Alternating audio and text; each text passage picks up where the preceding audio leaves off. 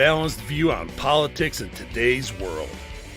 Based on facts, born of rationality, common sense, and logic, providing context on today's events. This is American Perspective with Rick Thomas. Hello, everyone, and welcome to American Perspective. We are all back together again. I love seeing all of y'all. I do. And yes, I did say y'all. I did spend time in the South, dang it, so I have at least a little bit of a right to at least that word. Anyway. Okay, so I've got a couple of things. One in particular, good news. Doesn't really matter who actually did it. I don't care. And I don't think anybody who is an American should either. But also, too, we have some new information coming out with regards to the Biden student loan forgiveness plans and all that kind of stuff. Plus, I have some disturbing news coming from the VA in particular, and I will get to that as well. And if I end up having time, depending on if I, go too deep into stuff, I may be going back into a little bit of Kamala Harris truth-telling. So all of those things are up, but first, before we get things going, I have, as our Pledge of Allegiance leader tonight, oh, and before I do that, once again, Buddy has provided me with a fantastic background. But also, as a leader tonight for the Pledge of Allegiance, it is our very own My News over on Rumble. So, if you would, please, if you are of mind, please stand, remove your hats, put your hands over your hearts, and follow along with My News in reciting the Pledge of Allegiance.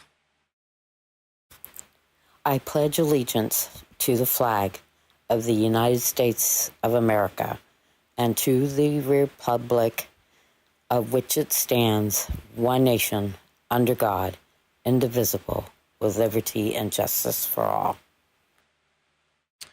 And, of course, I thank you for that. If you would like to get your version of the Pledge of Allegiance here and put into the rotation, make sure you record it, and then, of course, send me the audio file. You can send that in to me via email at fans, F-A-N-S, at AmericanPerspective.online. That's fans at AmericanPerspective.online.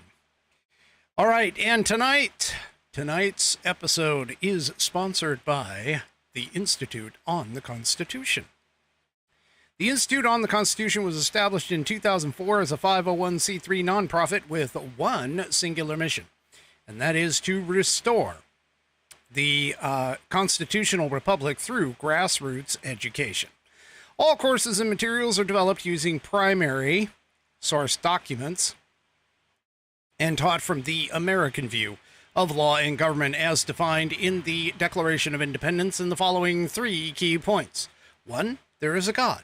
2, our rights come from him. And 3, the purpose of civil government is to secure and protect our God-given rights. The IOTC offers the opportunity to educate yourself on our most precious founding document, the Constitution of the United States.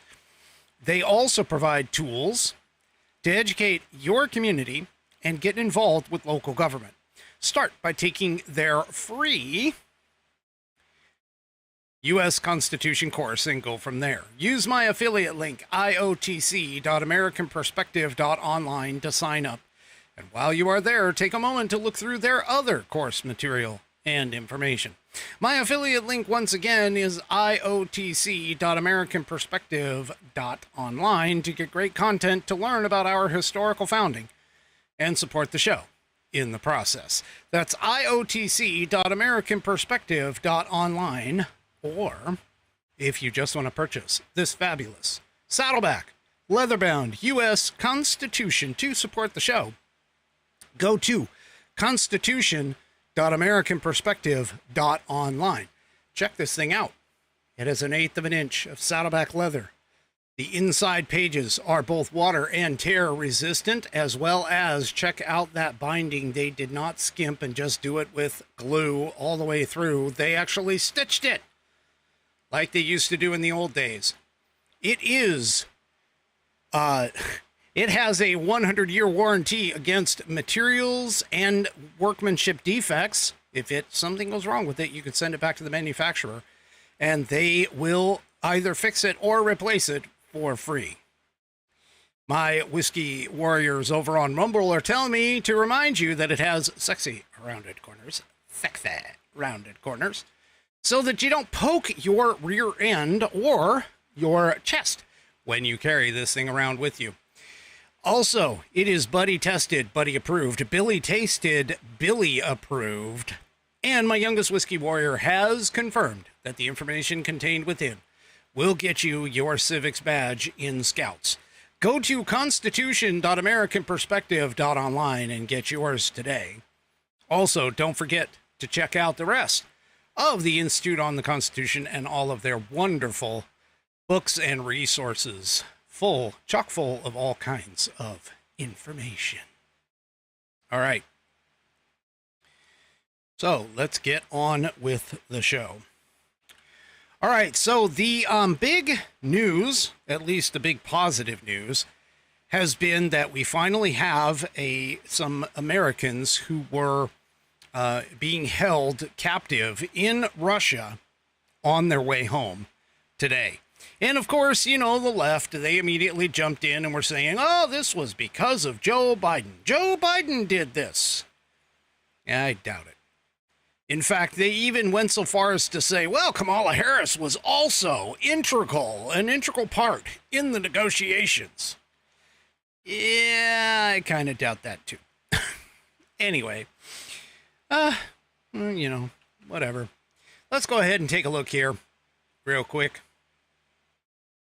So this in the Telegraph says Ivan Gershkovich released in a major Russia-U.S. prisoner swap. Now, for those of you that don't recall, okay, Ivan was passed up for negotiations in preference to Brittany Griner when Brittany Griner got stuck over in Russia. Now, the biggest difference between these two, honestly, is the fact that Brittany Griner took a illegal, or at least illegal substance over in Russia, into Russia. And she has played there, multiple years. So should have known not to bring that stuff. But they went, but you know, she or he or whatever did it anyway. Whereas Evan, and also too released was Marine Paul Whelan. They were both accused of espionage, and both had denied it, as well as the U.S.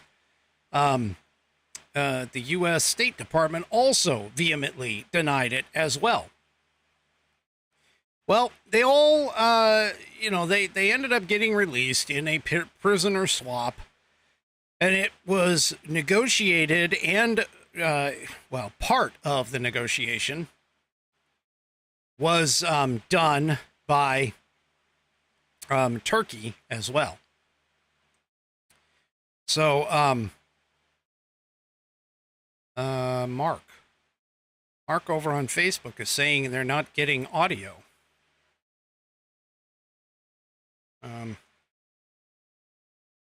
I'm assuming you guys are getting audio. Anyway, let me know if you do. So, if you're not, if you are, if you're not, if you're sitting there reading the closed captioning instead, just let me know. Anyway, the thing about it is that, you know, again, Gershkovich and Whelan and a couple other things, you know, a a couple other of the people that are over there, they were wrongfully imprisoned. So it's totally different than the Brittany Griner situation, but it sure seemed interesting that Brittany Griner was the first one that the Biden administration, of course, went ahead and got taken out or got removed. Anyway, whatever. Turkish statement said prisoners from Germany, Poland, Slovenia, Norway, and Belarus were also involved in the swap that was carried out by Turkey's MIT intelligence service. So talks, though, to get them released have been going on for years, which is part of the reason why I'm sitting here thinking, okay, Biden and Griner. My guess is that because Donald Trump said that he would negotiate it and get their release soon after he gets elected president in November, that the Biden administration all of a sudden carried, or all of a sudden said, yeah, we're gonna push. We're going to try and get this done so that we can get another feather in our cap and take away something from Donald Trump. Now, if that happens to be the case, I don't think Donald Trump should feel bad about it. In fact, nobody who is an American should feel bad about this, because the realistic nature of the situation is we have Americans that were wrongly imprisoned that are coming home. And that's all that really matters. Don't care who negotiated it. I don't care who is going to take the credit or try to take the credit. It doesn't matter. These people who never should have been left behind in the first place are on their way home. And that's what matters. All right. Speaking of people who should not be a part of things, the National Pulse put this article out. Now, I got to ask a question really quick, and in the chat, you guys let me know, but doesn't it seem kind of weird that we've had Democrats who have, especially here recently, who have been taking bribes from foreign countries? We have Democrats sleeping with foreign Chinese spies. We have Democrats now who have people on their staff. Oh, and I can't forget, Democrats had people on their staff that were Chinese spies as well. Not to mention that we now have apparently a VP National Security Advisor who is now being implicated in an Iranian spy ring. Really? I mean, where is it that these Democrats get these people? And they end up obviously in problem situations where, yeah, I don't get it. I don't understand. I just don't understand that we have these people here who are essentially working for foreign governments, and they've infiltrated our government here. I just don't get it. Anyway, Philip H. Gordon, who was Kamala Harris's national security advisor, appears to have concerning ties to an Iranian influence operation that has sparked a full investigation of the Biden-Harris government's special envoy to Iran, Robert Malley. Well, I seem to recall another special envoy to Iran not too long ago, by the name of John Kerry.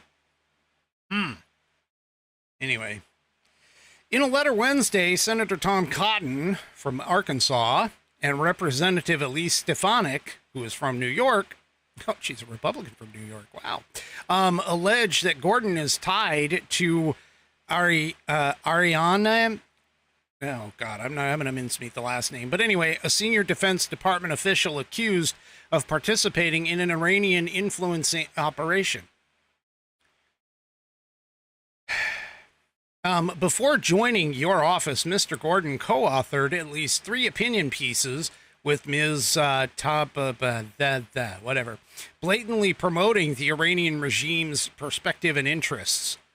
Cotton and Stefanik's letter states, it continues in March 2020, or in a March 2020 piece, Mr. Gordon and Ms. whatever claimed continued sanctions on Iran would create catastrophe in the Middle East.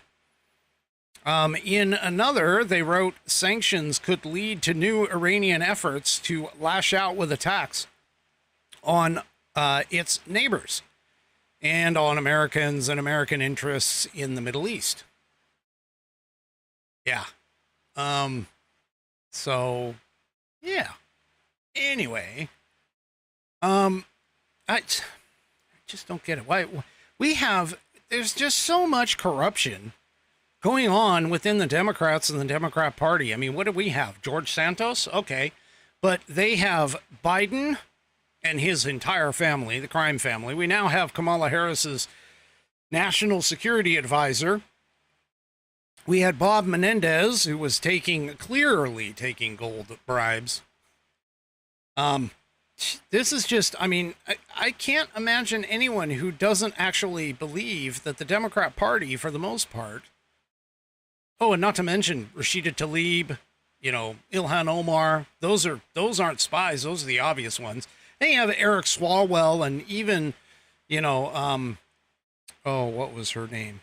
God, I can't think of it. She passed on here recently from California. But anyway, doesn't matter.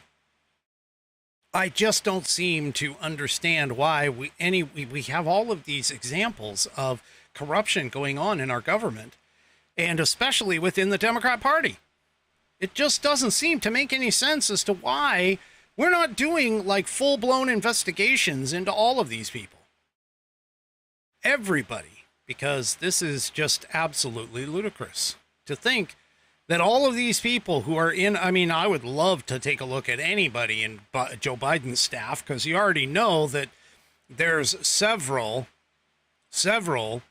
people who bear close scrutiny in that.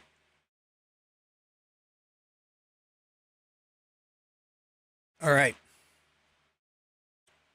This is just a further example, I think, of the deep state and their influence operations. All right. Well, the wonderful student debt relief plan called SAVE, which again is an unconstitutional scenario, because again, as the Supreme Court ruled with the Chevron deference, Congress has to make laws. Congress has to correct their laws. Congress has to change the law if they want it to. All the executive is supposed to be allowed to do constitutionally is essentially enact whatever law is written. That's it. That's it. That is all the executive branch is supposed to do. But yet, Joe Biden, of course, pees all over the Constitution and believes that he can, through executive orders. Now, I wonder where that kind of came into play. Maybe when the president, by the name of Obama, said that he can rule with a phone and a pen.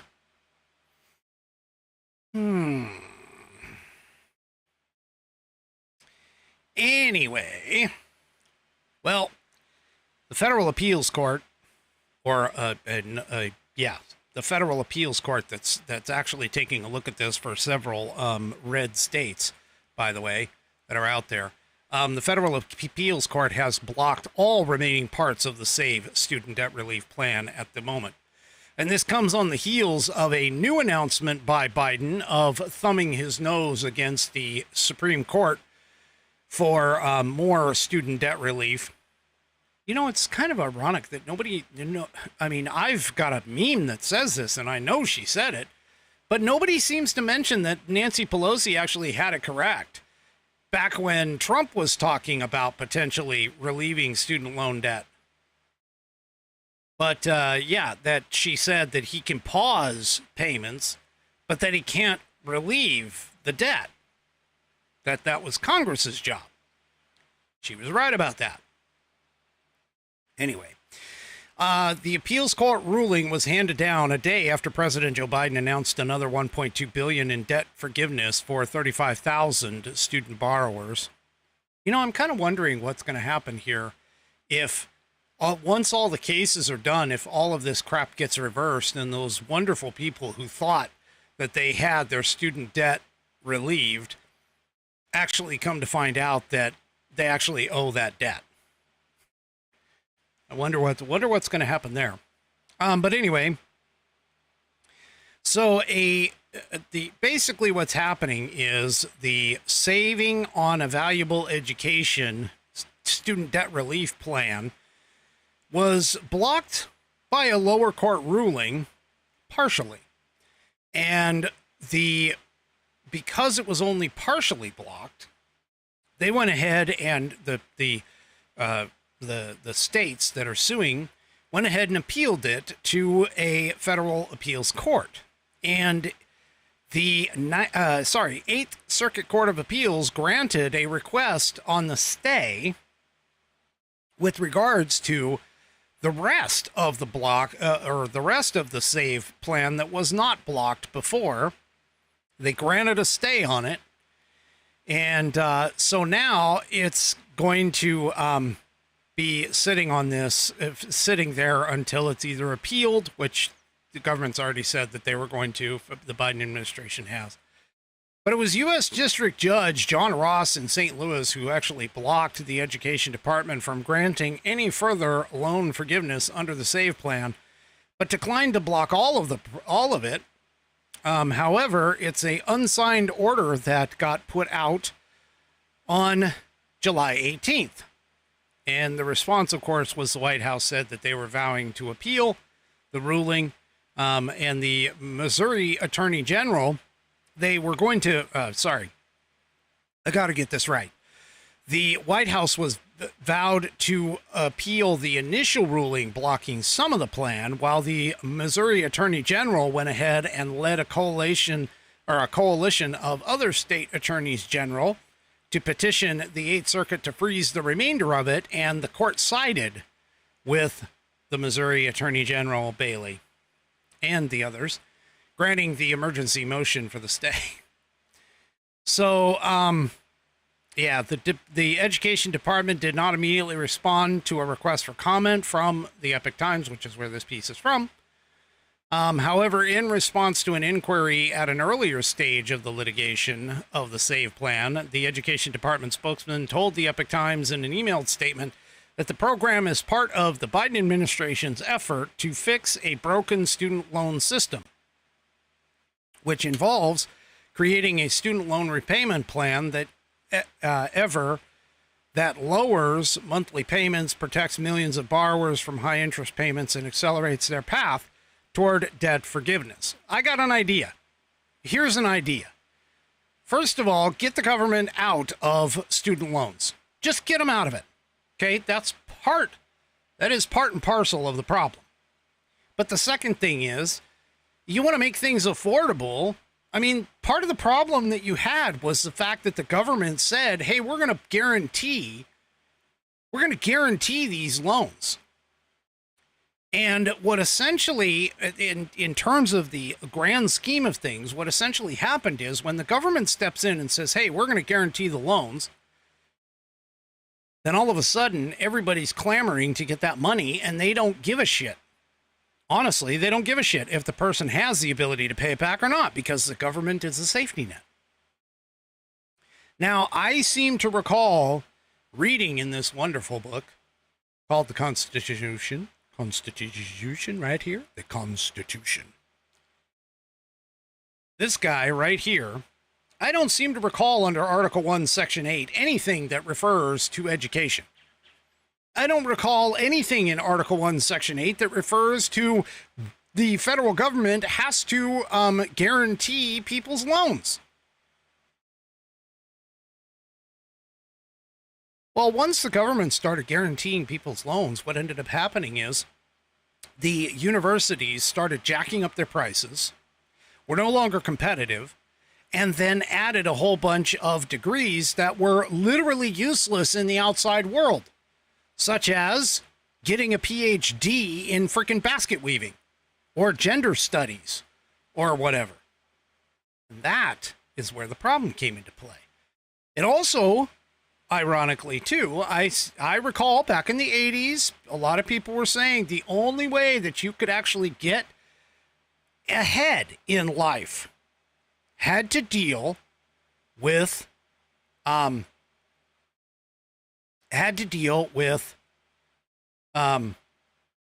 sorry, got distracted there for a second. Had to deal with the fact that you had to go to college. And it was a turn down on the idea of it was basically turning your nose down at the idea that being a blue collar worker, working with your hands, was getting was actually a good, decent, honest job. And that's exactly what it is. And we've known this particular family a while. We had one member over, they were talking to us. They came by to pick something up from us, and they were talking to me about their young son, who, just like my son, okay, didn't feel like college is the way for them. All right. And as I pointed out to them, blue collar work, there's nothing wrong with it. There actually is nothing wrong with working with your hands. In fact, right now, blue collar jobs are in a shortage. There's a shortage of what's known as the skilled trades. And if you can go and get training in the skilled trades, you can come out miles ahead from that person who heads off and gets their degree in female basket weaving, or, women's studies or whatever it is. Yes, I stole that from you, Amy. And are able to actually start work immediately after leaving. Okay? Immediately after leaving their schooling, they can pick up a job almost immediately. Almost right away. In fact, I've told you on this program before, I have a high school buddy who went into teaching shop, and he had several welding students just getting out of high school, like not even having any high-end training. Well, I'm not saying that he isn't good. He's very good. But the point is, though, that they didn't have any college-level education or training in terms of welding. He had a kid who was stepping out of high school that was offered $75,000 a year to weld. It's those kinds of things, those things that we need every day. And like I've actually even told my kids when COVID hit, I go, this is how you pick your career. Look around and see who is working and who is not. The ones who are working are the ones who are essential to this business. And by business, I mean the business of living, the business of life, the business of the modern world. And it was all people who were in trades. It was hardly anybody in white-collar work. I mean, I didn't see any lawyers who were needed. Yes, doctors were needed, so that's a medical field. So, all right. So we're good there. But outside of that, you saw all of the people who make the world run, who are the ones who were working during the pandemic, that got the special exceptions, like in this state, for keeping things going. Now, I work in IT in my regular job. We kept the home fires burning, and by that, I mean we kept the people working from home. There was a big shift that had to happen for all that. And the point is, the point that I'm making here is that there are several ways for you to be able to make it in this world. College and college education, which is actually now more indoctrination, is not the only way to make it in this world. All right. So I told you yesterday, with regards to the world, I told you yesterday that Israel had done some very key assassinations. Well, I mean, we're going to blame Israel, of course, but very key assassinations and attacks due to an attack from Hezbollah. I mean, it had Hamas involved in it too, because they're currently at war with Hamas. But Iran raised its red flag, if you recall, and said, "Hey, we're not gonna take this lying down," and so on and so forth. Well, this article in Newsmax World, I'm telling you, things are heating up over in the Middle East big time. Iran has now ordered direct strikes. Now, keep in mind, folks, the history of these proxy attacks have always been through a third party, not a direct conflict with Iran. It has always been through, Iran has always struck through third party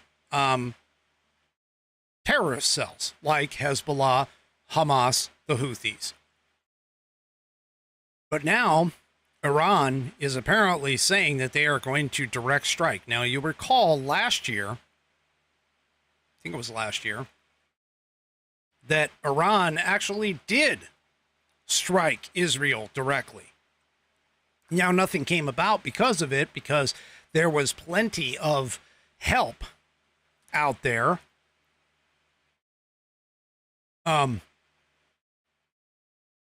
There was plenty of help out there, including us and several other allies of the U.S. and Israel, that were able to knock down all of the missiles that were coming from Iran and fired from Iran.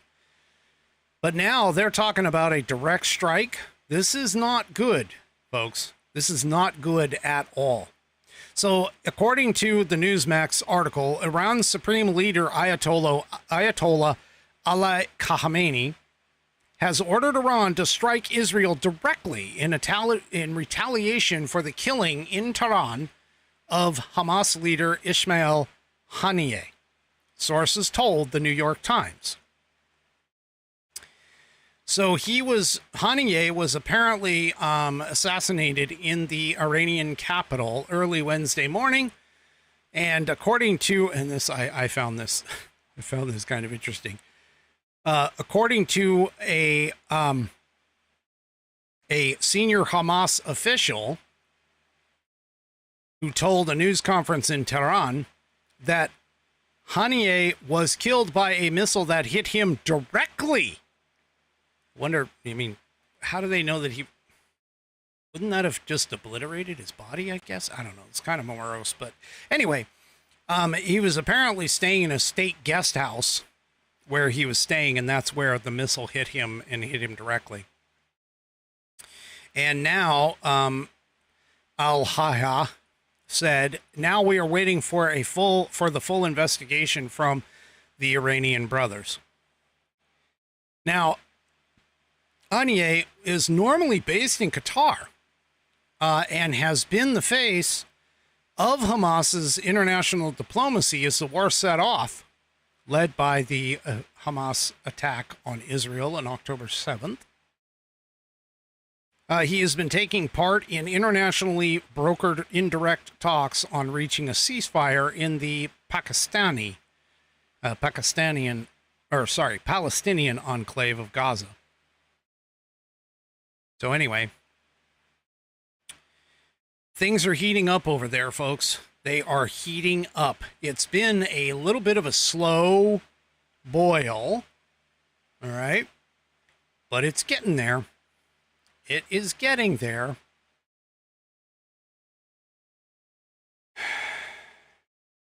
Anyway,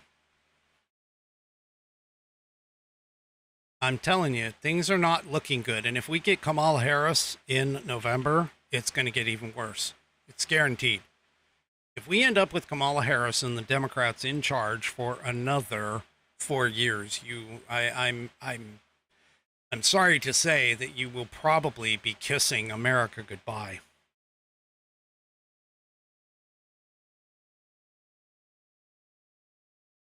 All right. Well, the Middle East isn't really the only hot spot. Told you I've been keeping an eye on China, over in the East Pacific. And although, does that be East Pacific or West Pacific? Anyway, it's over in the Asia Pacific. There we go. This article piqued my interest in the Eurasian Times. China warns of a nuclear counterstrike on U.S. military bases in Japan via its state media. And it complains or lambasts, according to the article here, a revamp move. So what the hell is that revamp move? Well, essentially what ended up happening is our Secretary of Defense, Lloyd Austin, sent out a statement stating that they were going to be doing a phased approach and that the U.S. plans to convert the U.S. Forces Japan into a joint force headquarters, which will report to the commander of the U.S. Indo-Pacific Command. So they are working on strengthening and obviously increasing our presence over there, apparently.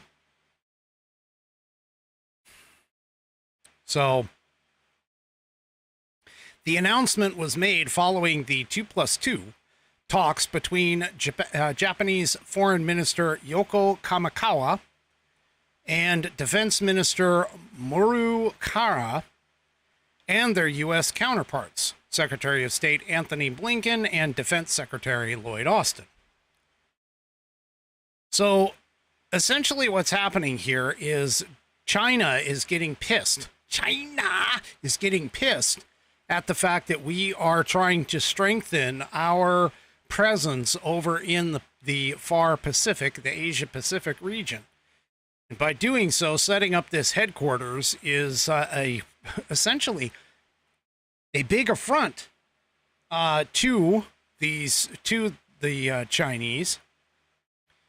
And it's, this whole thing basically is a part of a counter move to what China has been doing over there, threatening both Taiwan and the Philippines and the South China Sea, trying to take more territory in the South China Sea and all this other things, not to mention the fact that they did joint operations with Russia and the Russian navies up in the Bering Strait.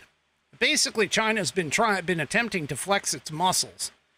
And so this statement and the subsequent moves are pretty much a sort of a counter move, I would say, in terms of getting this situation under control. Now, the defense chiefs and top diplomats of both countries, meaning Japan and America, announced on July 28th that the United States would restructure its command in Japan, giving it a direct leadership role over American forces in operational planning, both in peacetime and in a potential crisis. So, yeah, this is, without mincing words, the Allies described the threat posed by China as the greatest strategic challenge. So following the meeting, Austin said in a joint news conference that the United States will upgrade the U.S. Forces Japan, that's the USFJ, to a joint force headquarters with expanded missions and operational responsibilities. This will be the most significant change to the U.S. Forces Japan since its creation, one of the strongest improvements to our military ties with Japan in 70 years.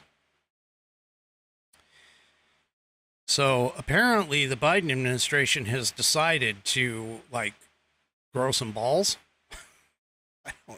I don't know. I'm just guessing. Yeah, I mean, mainly it's just a command and control structure. It's not like they're going to be adding, troops or adding anything realistically to it, but It's changing a little bit in terms of the command and control structure and making them a little bit more autonomous, I think, in the grand scheme of things. So, anyway, the revamp is scheduled for next March and is supposed to align with Japan's command restructuring that they're going to be doing. So the new U.S. command in Japan will be headed by a 3-star general, not the 4-star that Japan had requested. However, Austin did state that they haven't ruled out the option of doing a 4-star general instead, and said that further negotiations are going to occur. So things are heating up over in the Pacific as well. And of course, you're not going to hear this. You're not going to hear this from the inside the U.S., from the domestic mainstream media. That's why we had to go to the Eurasian Times in order to get it. So, anyway, we'll just have to kind of see what the heck is going on over there. All right, let me take a quick break, real quick. And let me tell you that, hey, you should go and check out the store of logo gear at store.americanperspective.online. Now, right now, I am wearing my American Perspective. This is logo number 3, I believe. I'm wearing my American Perspective shirt because it's hot. It's hot here. I've got the fan going. I don't know if you guys can hear it in the background, but anyway, go to store.americanperspective.online and get yourself some fantastic gear. You know, one of the things that I keep saying that I'm going to do, and one of these days I will actually do it, is to branch out a little bit, and rather than just do logoed gear, do some other kinds of things that are obviously uniquely American. For an example, maybe have a shirt that says, "I'm voting for the outlaw and the hillbilly." Anyway, Mark over on Facebook asks, where are my shirts made? Well, the thing about it is, Mark, is that the company that I use is actually it's an interesting company. They're distributed around the globe. And so what they do is they have partners in each region. So here in the U.S., they have partners in the East and I think West. And so what they do is they will print it.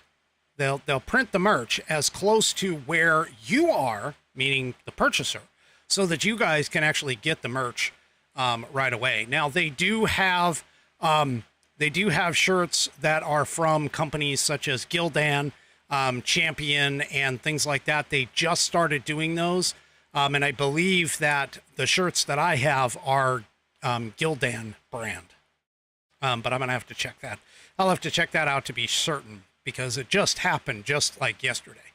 But that's where the shirts are from. So they'll print them close to you and get them so that you can get them quicker for that. So anyway.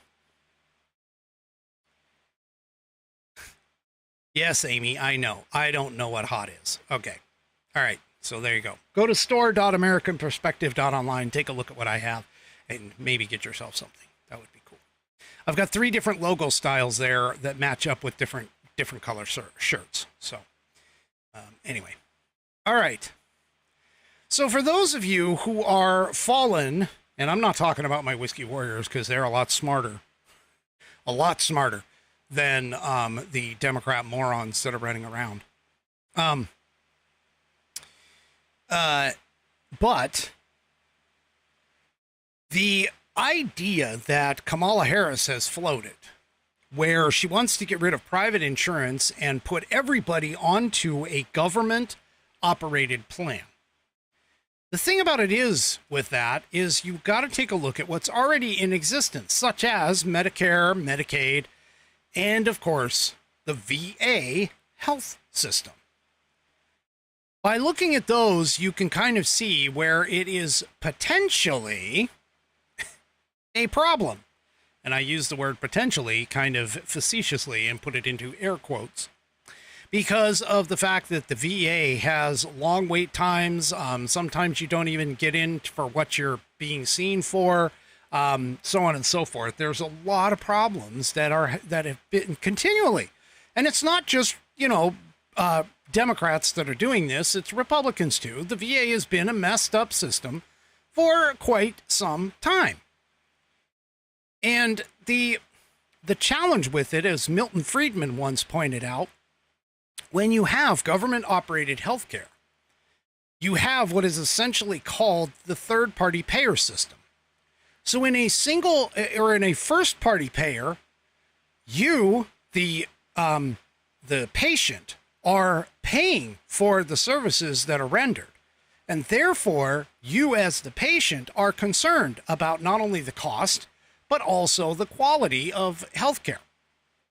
When you get into what is considered a two-party payer system, i.e. where we're at with private insurance, where the insurance makes the payments, you are concerned, you as the individual are concerned with the quality, but you're not so much concerned about how much it costs, because the individual insurance pays for it. Okay. Now, when you get into what's called a third-party payer system, which is essentially the same kind of system that they have in some of the socialist-style countries in Europe that the Democrats just absolutely think is fantastic, as well as up in Canada, which is essentially where the government pays for it. So the government only cares about the cost. They don't care about the quality of the care. And the individual who is the patient has no control over either the cost or the quality, because they're not the ones paying for it. And so what you end up with is a healthcare system that doesn't serve the patients, but serves the needs of the government. And obviously the service is what suffers. And that's essentially what Milton Friedman was saying. And he said it in a much more eloquent fashion than what I did. But here, as an example, and I saw this in the American Legion, they send me, I used to be a member, and they send me information on some of the stuff like this. But apparently there was a study that came out, an audit that came out, where the VA worker errors reviewing claims for full disability actually cost the government $100 million. Workers here in the piece, from Stars and Stripes, by the way, workers with the Department of Veterans Affairs made mistakes costing $100 million when reviewing veterans' claims for full disability connected to injuries and illnesses from military service, according to a new report from the agency's Inspector General. About 75% of the claims and this is of the 100% disability ratings that auditors reviewed from May 2022 to April 2023 were improperly processed, resulting in overpayments as well as underpayments, according to the July report. Representative Morgan Luttrell, I think it's Luttrell, in Texas, said last week at a hearing of the House Veterans Affairs Committee subpanel on disability insurance or disability assistance and memorial affairs, said that's way too high of a number and frankly unacceptable. The findings were the focus of a House hearing that looked at ways to improve education and training for processors to review and render decisions based on disability claims. The errors were the results of processors failing to follow VA policies and procedures for deciding compensation in complex claims for full disability, according to the findings. This is just a mess. Now, Representative Chris Pappas, who is from New Hampshire and a Democrat, said that the processors have larger workloads due to the volume of claims filed since passage of the Sergeant First Class Heath Robinson Honoring Our Promise to Address Comprehensive Toxics Act, known as the PACT Act, which was signed into law in 2022. Remember how Joe Biden was touting that thing? The PACT Act provides disability compensation for veterans suffering illnesses linked to toxic exposure from burn pits, radiation, and other hazardous materials during military duty. So here's the thing. Hey, you know what? As far as I'm concerned, the federal government, that should be probably the second biggest budgetary item next to our actual military defense budget. The defense budget should be first. And in fact, I've even made the argument that Article 1, Section 8 inside the Constitution does not show that the federal government has any business being in healthcare, period. However, I also say that an argument can be made for the regular Army to be fully covered by the federal government. Now, what I find kind of interesting is that Congress has its own healthcare plan, and that healthcare plan, I've heard, is quite good. If so, then that healthcare plan, not the VA one, should be what is covering our military service men and women. Anyway, Papa said that the VA has onboarded thousands of processors seemingly overnight in response to the PACT Act. Even the most robust system would be strained. Claims processors need the training and support from managers under claims processors need the training and support from managers under increasing production quotas. Yeah, they should be getting the top level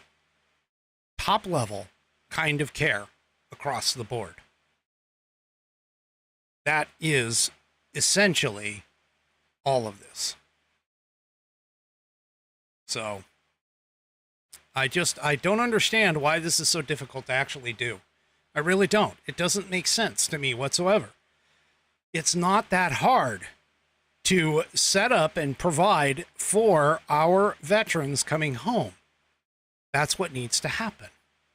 And it, again, like I said, this should be the second biggest agenda item that government has in order to take care of our veterans and our returning servicemen. Just disgusting. Just disgusting. And if you think that a government-run healthcare system, now think about this, that just covers the veterans, okay? Veterans, believe me, we as America may have the largest volunteer army in the world. All right? But it's a small fraction of the total number of Americans who are here. And if they can't even get it right for that small fraction, you expect them to actually run a complete system of government health care for the entire country of 330 plus American people who live here, plus the 10 or 12 million illegal aliens that have come across? Give me a freaking break. That's ridiculous. To think that the government is going to be able to do this in an efficient manner, which government doesn't do anything efficiently, by the way.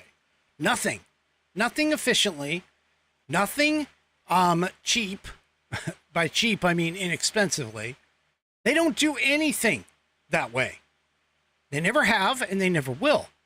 It's time to get the federal government back under control by using judicious use of both the Constitution and the 10th Amendment to the Constitution.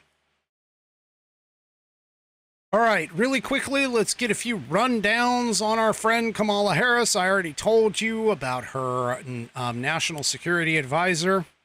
Well, apparently, one of their campaign managers has come out and said that he doesn't think that she can win this year.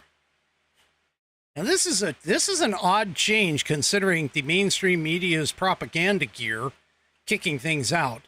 But this showed up in Woke Spy.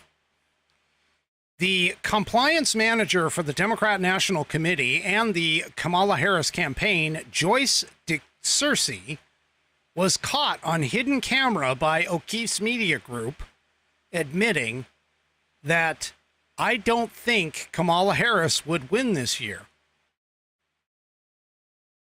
She doesn't have any accomplishments to speak of. She's weirdly unpopular. Now, he clarified, of course, that he likes Harris, but despite that, he doesn't think that Harris can beat Trump. I don't think Kamala Harris would win this year, he said.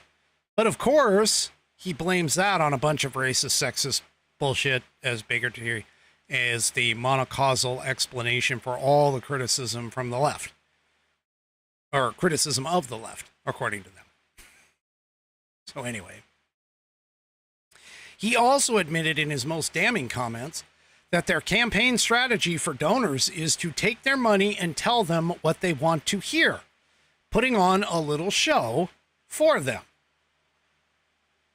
Now, if you want, you can go and take a look at the video. Now, O'Keefe Media Group, I got to tell you, is definitely one of those that I don't know how they get these guys. I mean, these people ought to know. I mean, are they just this damn stupid to be caught by these people? I don't know. Anyway, so yeah.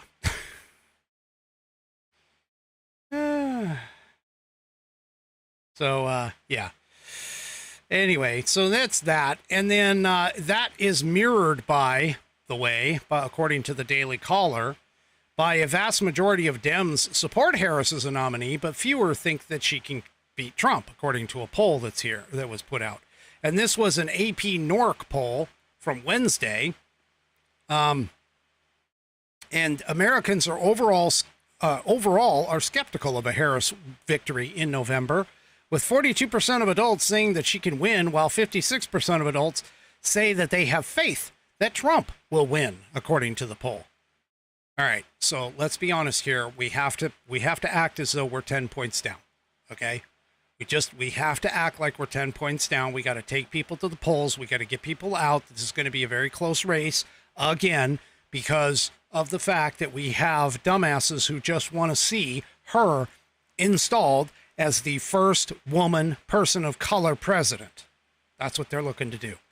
We need to stop that. Okay? Well, this article another article came out, and this one I actually was kind of surprised at. But as AG, Kamala Harris apparently helped an illegal alien become the first, quote, undocumented licensed attorney in the United States. So again, when she talks about being tough on the border and all of that stuff, I've already shown you the comments that she's made. She wants a pathway to citizenship. She wants to just grant amnesty for everybody that's already here. She wants to, decriminalize crossing the border. She wants to do all of that. And by the way, Tommy, that's the reason I know everybody keeps saying she's not black. Why do you think I use the term person of color? That can cover everything from her Indian heritage, being Asian, being Native American or whatever. Okay. But anyway, supposedly she helped this alien do this. So I don't know. Anyway, the guy's name was Sergio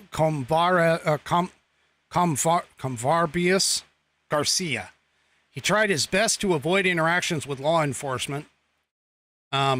But despite his best efforts, he attracted the attention of California's top law enforcement officer, who was then Attorney General Kamala Harris, in 2012. Harris actually came out in support of his years-long and publicized struggle to become the first licensed, undocumented attorney in the nation. So, yeah. Yep. She wants rather than deporting the guy's butt. Anyway. All right, folks, that pretty much wraps it up for me tonight. Do me a favor, if you like the program and you like what I'm putting together and everything, head on over to Rumble. It's rumble.com. Sign up for an account. It's free. And once you get signed up, make sure you find and follow the American Perspective channel. If you're already over on Rumble, do me another favor. Make sure you hit that thumbs up button before you take off. And we will, obviously, that's going to help get me up into the leaderboard for that. And I'm sorry, Bonnie, but I don't have True Social up, so it would take me too long to get to it. Anyway, also too, hey, if you're over on Facebook or whatever, make sure you hit those thumbs up buttons. Facebook, YouTube, X, all of them. So that's pretty much what we got going on here. All right, we will see you tomorrow night at 5 p.m. Pacific, 8 p.m. Eastern Time, right here on American Perspective. Have a great rest of your evening, and good night, everybody. The previous broadcast was produced and is owned by Active Eye Media LLC. All rights reserved.